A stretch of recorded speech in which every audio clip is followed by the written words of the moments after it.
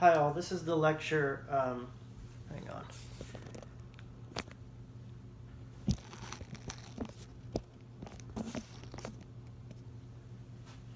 Okay, sorry. This is the lecture for Chapter 8 on media. I think the chapter is actually called Media and Technology, but I'm going to skip over the content on technology because, first of all, I don't think the technological divide stuff is as relevant today, and also because we've talked about technological innovation catalyzing social change in a couple of different chapters this semester. So for this lecture, I'll have a short lecture and we'll just focus on the stuff in the chapter specifically on media. Okay. All right, so when we talk, so I'll split it up like this. So I'll talk about what media is really briefly, and then I'll have a kind of longer discussion about what's called media fragmentation and media homogenization and consolidation. That all kind of involves news media and news media outlets. And then finally, we'll run through the three theoretical paradigms: functionalism, conflict theory, and symbolic interactionism, as far as what they say about media. Okay, so now we can move on.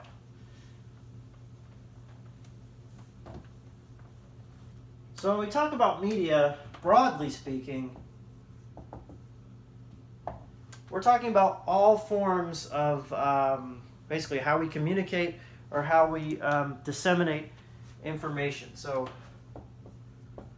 refers to all types of print, today now digital, radio, television, social media,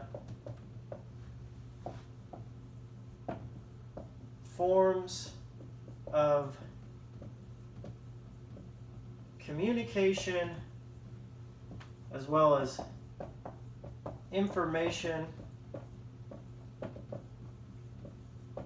dissemination, right?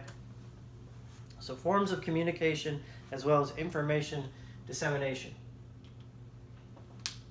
And you could see how important these are for society, right? So media, we mentioned it as one of the major agents of socialization, right? When we talked about the chapter on socialization, I think that was chapter 5. So media is responsible for disseminating and reinforcing all aspects of non-material culture, so beliefs, values, norms, right? Especially those values, the stuff that tells us, you know, what's desirable versus what's undesirable. Media plays a key role in that, right? Media is also, partly responsible for teaching us about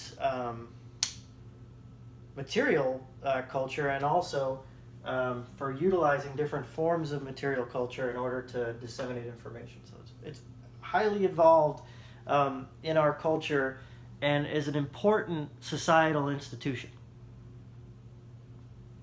right? Which means that control over the media, right,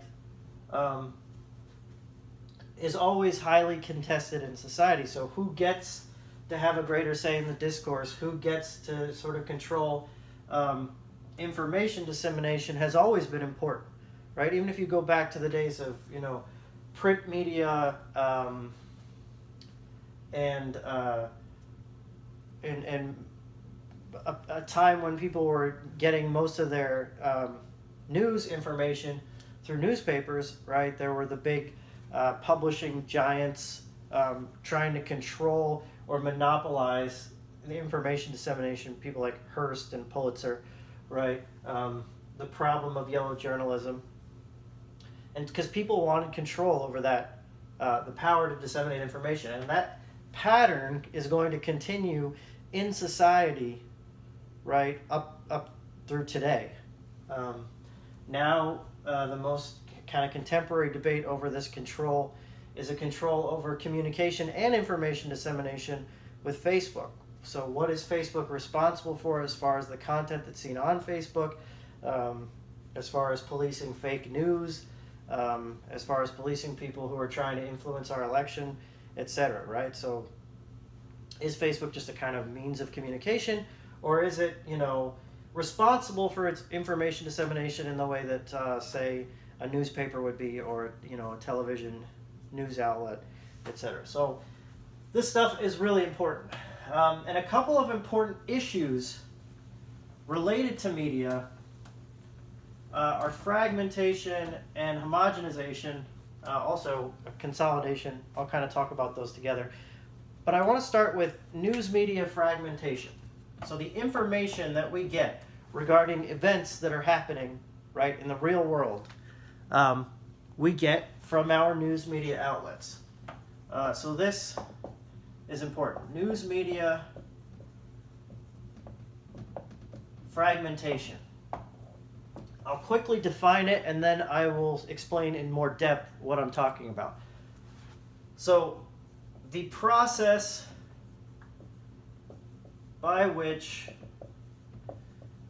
news media outlets have become increasingly fractured, or you could say fragmented, right? Hence, news media fragmentation. So the process by which these media outlets have become increasingly fractured. So what does this mean?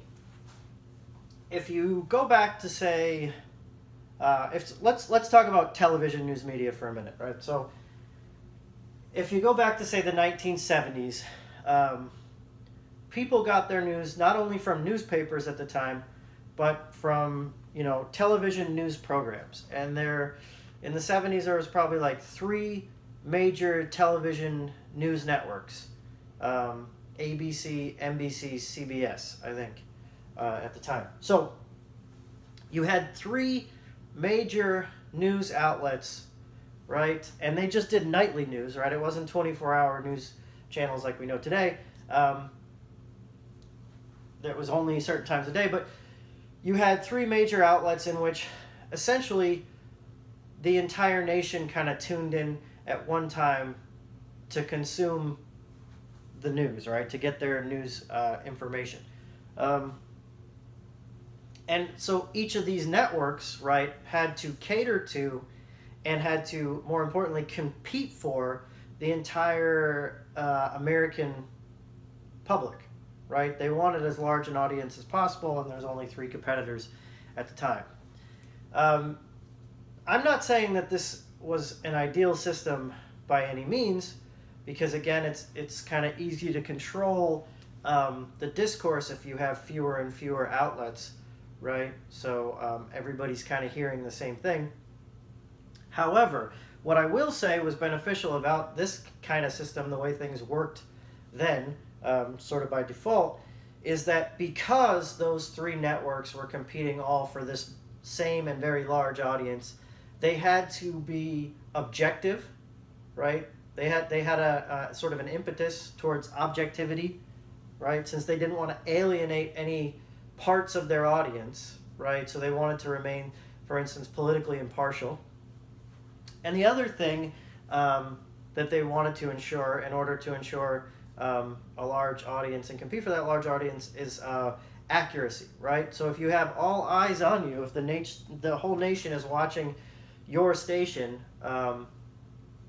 and you say something that's not true, someone is going to catch it, right? So, and back in those days, they issued retractions all the time and things like that. So basically, again, even though the system wasn't perfect, it did, I think, it made things, it made the news outlets, right, a bit more objective and more accurate in their reporting.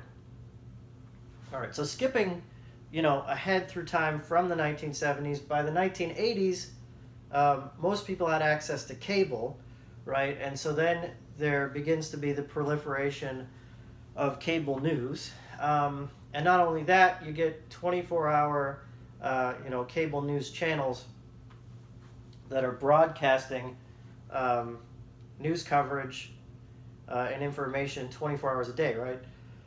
So that's very different now than the situation when there was only 3 networks and they, had just the nightly news. So what happens is this gives people these different cable news networks, right? It gives people more choice in as far as news media consumption, right? So it gives consumers more choice as far as where they can go to get the news. And then skipping ahead, right, to today from, say, the 1980s and 90s, we have, essentially an infinite source of news information, because we not only have all the 24-hour cable news stuff and all the print stuff that we had before and radio, etc., that we had before, but we also have all the digital news, right? So we have the entire internet and all the news sources on that, and then we share all this information constantly through social media, right? Even the big cable news networks, 24-hour news channels are constantly posting through social media, Twitter, etc., right? So we're constantly sharing all this information too, from digital media, print media, online obviously, and television, radio media, all through social network sites. So suffice to say, we have lots of different options as far as television news, and we have innumerable options as far as our digital news, right? And we have it on our phone, so we can see it constantly 24 hours a day. So, right, this is the fracturing, right, the fragmentation of that news media. It's been split into all kinds of different sources we can go to get our news, as opposed to just like, a few sources that we can go to get our news.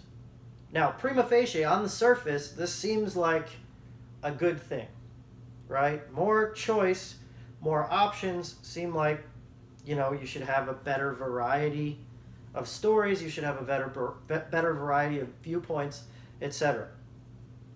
However, I think that this fragmentation has also had a kind of detrimental effect. And what's happened is media consumers, news media consumers, can now choose, right, to go to those 24-hour news channels on television or those news sites or papers or whatever, digital online, right, that reinforce their own viewpoints, right, reinforce their own political viewpoints. And they can choose to avoid the sources, right, that, disagree with their own viewpoints, right, with their own beliefs, values, and political affiliations and things like that. So what happens is when all these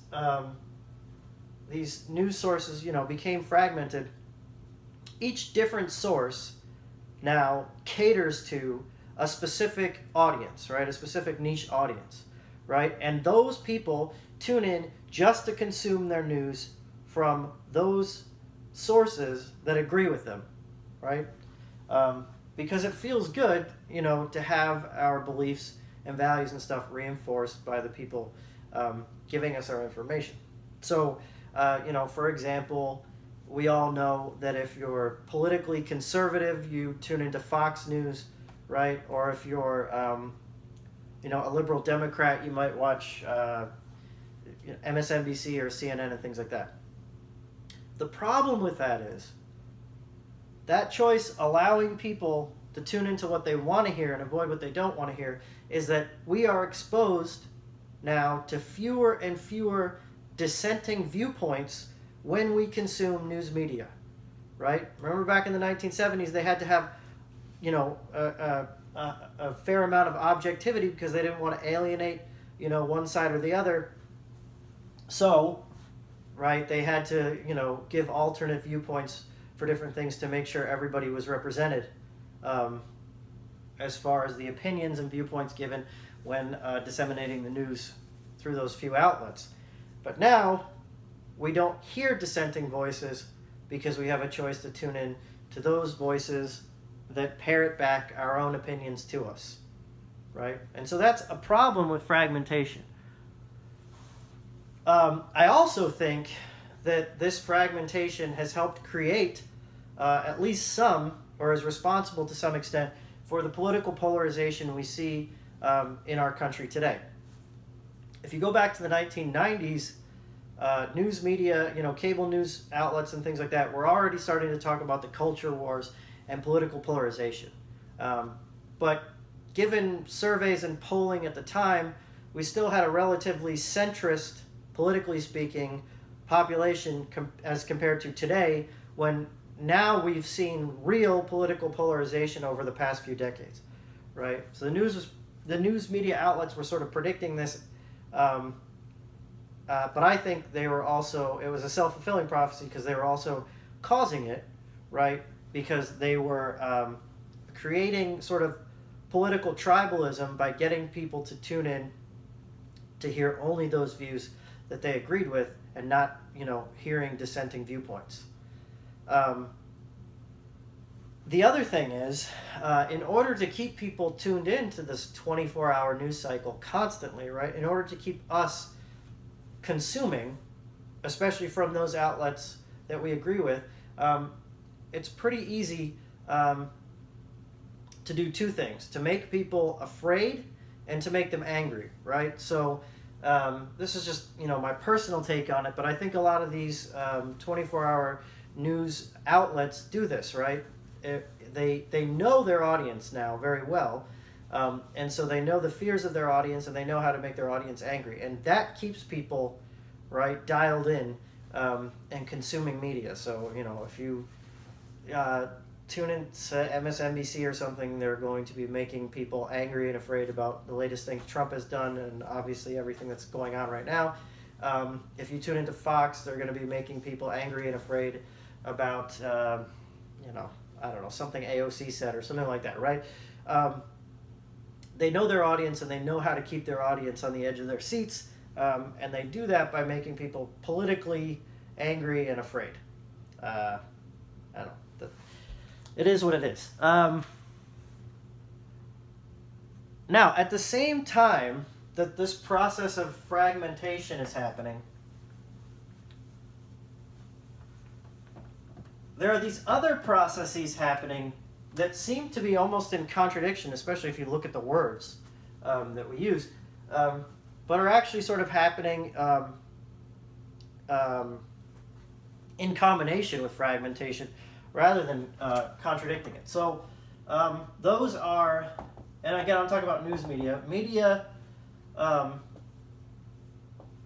let's say homogenization first, and then I'll talk about consolidation.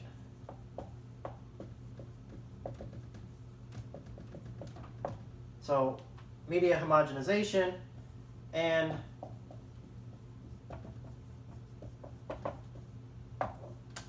consolidation, right? So media homogenization means that even though we have this wide variety of news sources, and we have seemingly a lot of choice as far as where do we go to consume our news information, right? For the most part, especially if you look at these 24-hour news channels and things like that, those media outlets are telling the same stories, or they're talking about the same thing, right? They don't want to be out of the loop. They don't want to miss something that other outlets are having. So kind of, it's sort of a process that happens where all those outlets are sort of covering the same stories, right?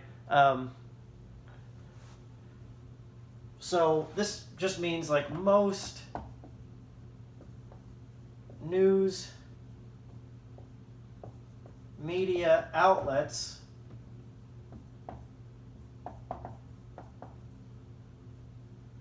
tell or air the same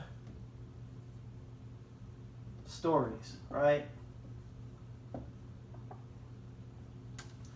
Now, they don't tell those same stories the same way.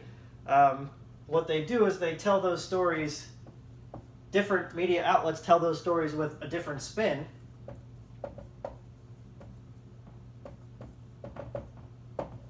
Right? Different spin, how they interpret the information in that story, how they evaluate the information in that story, right?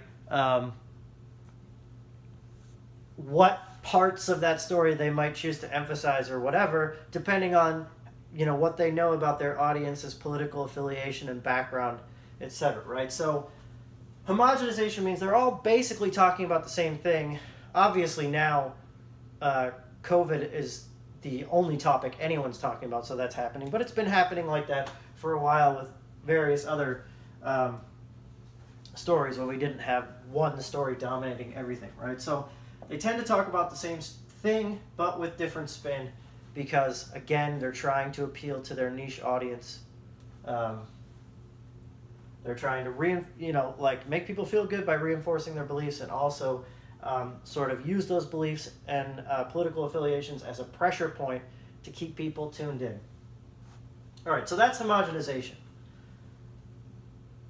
So even though news media outlets are increasingly fragmented and fractured, we have more choice, seemingly, a lot of them are telling the same stories just in different ways.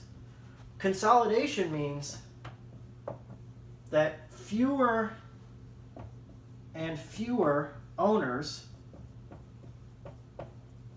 control our news media outlets, right? So this consolidation is also important. Fewer and fewer corporations control the dissemination of information, globally, because these are multinational corporations. But in the U.S., right, in particular, that's what we're mostly concerned with right now. Fewer and fewer corporations control these news media outlets. If you go back to the early 80s, there were 50 different corporations competing for control of the bulk of news outlets in the U.S. Today, it changes pretty frequently because of different mergers and acquisitions and stuff. But today there are about 5 or 6 major multinational corporations that control most, upwards of 90% of all our media outlets, right? So this is weird. This is kind of a weird thing that's juxtaposed to the fragmentation that's happening. So news media is fragmented. We have seemingly more choice, but what it is more outlets that cater to niche audiences so that they can say exactly what we want to hear, right? And that we can avoid what we don't want to hear, right? So that's happening at the same time that all those outlets are being consolidated under just a handful of owners, right? There's a sort of oligopoly as far as control of the news media. And I think the takeaway from that, right, is that this fragmentation, right, that's caused so much political polarization, or at least the partial cause of so much political polarization in this country, is obviously, very profitable for a handful of multinational corporations, right, that are keeping people tuned in by keeping them sort of pitted against each other, specifically politically, right?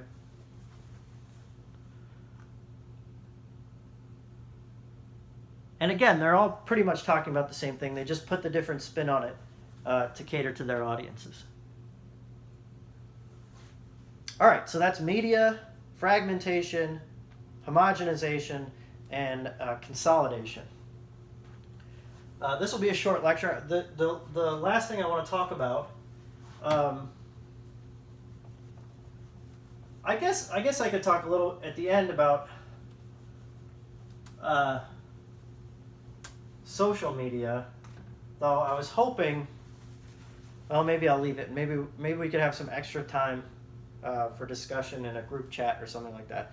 But I usually try to have a group discussion about social media and the pros and cons and what it's doing to the social landscape in class. Obviously, we won't be able to do that. Anyway, right now I want to talk about theory. So the 3 theoretical paradigms and what they say about media, right? So let's start with functionalism.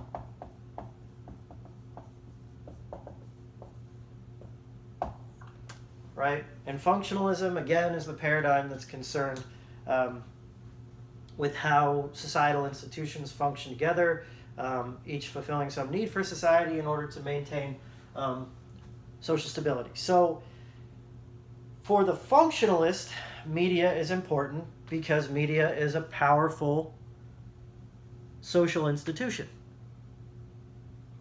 that meets different functions for society. So, and remember, like we said, media is an agent of socialization. So for the functionalist, media is important because it transmits culture, right, to new members of society. But media is an important institution. There's a few functions we could talk about as far as what media does for society. In our particular capitalist consumer society, media definitely has an important commercial function, right? So the commercial function of media, right? It tells us what we should be buying, kind of like it gives us, it helps reinforce and create our values, right? So what we find desirable versus undesirable, which pushes how we consume, our consumerism, right? So that's part of the commercial function. The other is more obvious and practical, and that's advertising, right? So the media is important for advertising, and pretty much all news media, everything sort of works around or is funded by that kind of commercial function, advertising. The second function is also pretty evident, and that's the entertainment function. We live in a consumer society, right? And a lot of what we consume is entertainment, right? So that's kind of an obvious manifest function of what media is there for, and a big reason other than news of why we all are constantly consuming media on our devices. And finally, the third, I kind of mentioned with the commercial function, and it's probably the most important one. I don't know why I saved it for last, but is the social norm function. So again, media as an agent of socialization, right? As an agent of socialization, media helps reinforce, right, transmit our norms, beliefs, and values, all the elements of material culture. And I kind of mentioned that at the beginning of the lecture too. All right, so that's functionalism. Conflict theorists are going to be primarily concerned with kind of like the stuff we already talked about, and that is who controls the dissemination of information, right? Because those with the most power and resources are going to have more say in the discourse, in the national discourse, right? And they're going to have, a sort of motivation to make sure that discourse, right, plays out in their own favor, says the conflict theorist, right? So conflict theorists, again, concerned with who gets to control media, right? And like I said, as far as news media goes, there's, a handful of corporations, people like Disney and things like that, corporations like that control the bulk of those outlets, right? So concern with who controls media,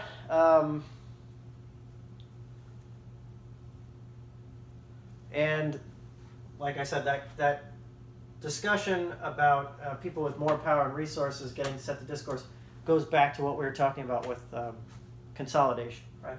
Worth mentioning as well is what feminism says about media,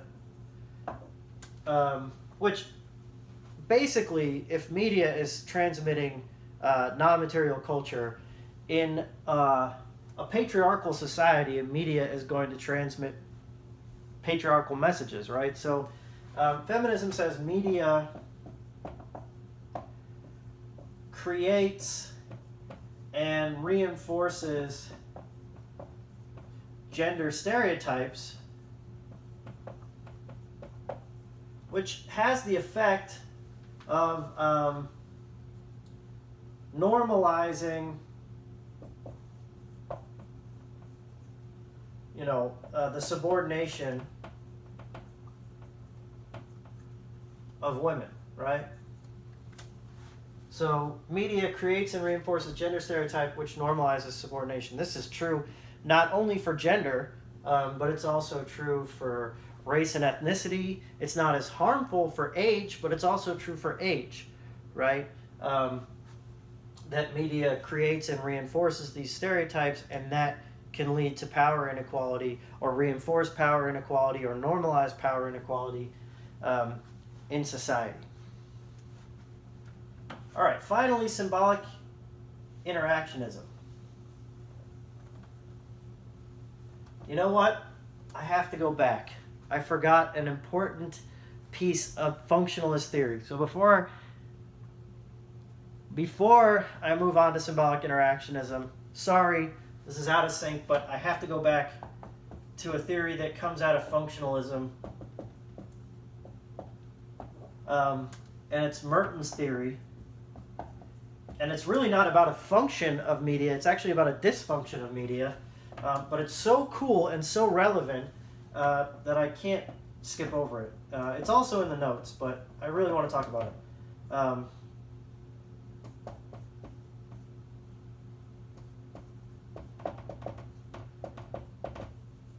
And the theory is called narcotizing dysfunction, the narcotizing dysfunction of media, especially news media, which is what I've been talking about for most of this lecture.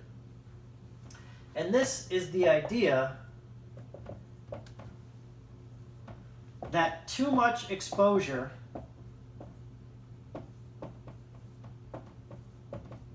to media leaves people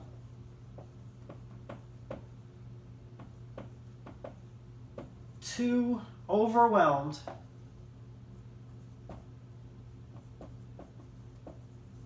to care or really care about specific issues.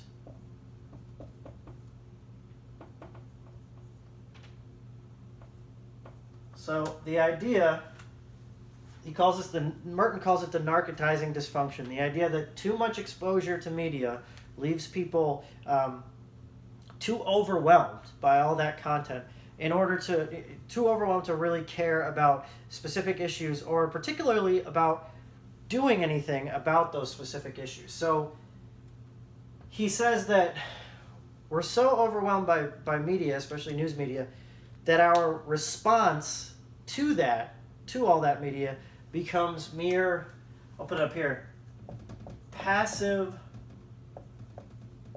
awareness, right? So he says for people that are exposed to all this media, it becomes enough just to be aware of the issues or concerned about issues, but people are far too overwhelmed to do anything, to be doing anything about those issues, right? Now, I think this term was first used in something that Merton and a colleague published in 1946, right? So that's a really long time ago. But how much more relevant is this idea today, right? I don't think Merton could have even understood how bombarded we are by media, how ubiquitous it is. It's on our phones, it's in our faces 24 hours a day. Not only that, but if you see the same thing over and over and over as stories break, right? All these different outlets that we have access to are telling the same stories. So we are absolutely overexposed and overwhelmed by media. And what he says that's going to lead to is passive awareness. And I think that's true, right? And I think, I will say a little bit about social media. I think social media is involved in this too. Social media is involved in not only overexposing us, but it allows us to be merely passively aware without doing anything. I think, there are so many issues today. What we call woke, right, is really kind of this passive awareness, meaning you know about all the issues, you're concerned about all the issues, but really we kind of let ourselves off at that. We kind of think it stops at that. Or sometimes, I think people can be tricked into thinking that liking, some content about an issue or reposting something means that they've been civically engaged or involved in doing something about that issue. And maybe to some extent spreading awareness is important in doing something. But I think most of the time we're not really doing anything. We're just looking at something or liking something. We're aware of it, but we're not joining in any sort of action or effort, right, to make the world a better place, which is what Merton's talking about. And like I said, this is even more pertinent today as far as the theory goes than it was when he first wrote it. I don't think he could have imagined how right he was about that, especially since the advent of social media. All right, so anyway, now I've talked about functionalism and conflict theory and gone back to functionalism to talk about narcotizing dysfunction.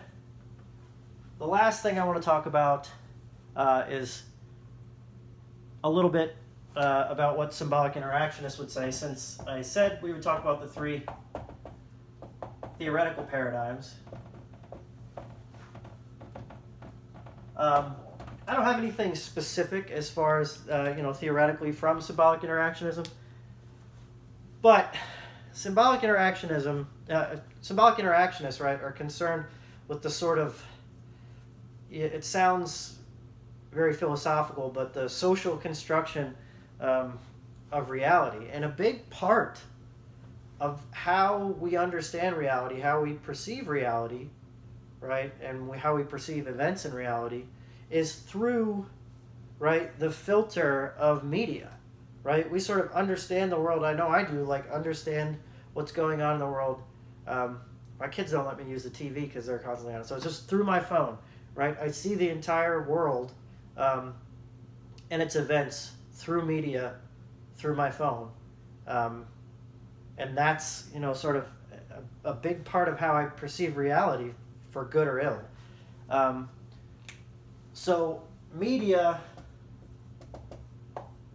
helps, right, socially construct our reality, how we see the world, how we perceive events in the world, not to mention all the stuff I talked about earlier when I talked about functionalism and at the beginning of the lecture, which, media creating and transmitting and reinforcing non-material culture, like the beliefs, values, norms of society in general, right? So media is a big piece of that. It's also, a big part of our reference group, right? It's the people in the media that we consume provide us with a reference group, a group to compare ourselves to, provide us with the values, again, of what's desirable and what's undesirable. And it's like a big part of what we compare ourselves to and what we think we ought to be, etc., right? So you can't really overstate, anyway, the importance of media in how we as individuals perceive the world around us, right? I know now it's kind of like this dystopian horror show in which we can't even go out or interact with one another in face-to-face real life, so now our reality is super constructed, right, by, through the filter of media, and it's kind of scary. In any case, that's the lecture on Chapter 8 on media, and I'll see you at the next group chat.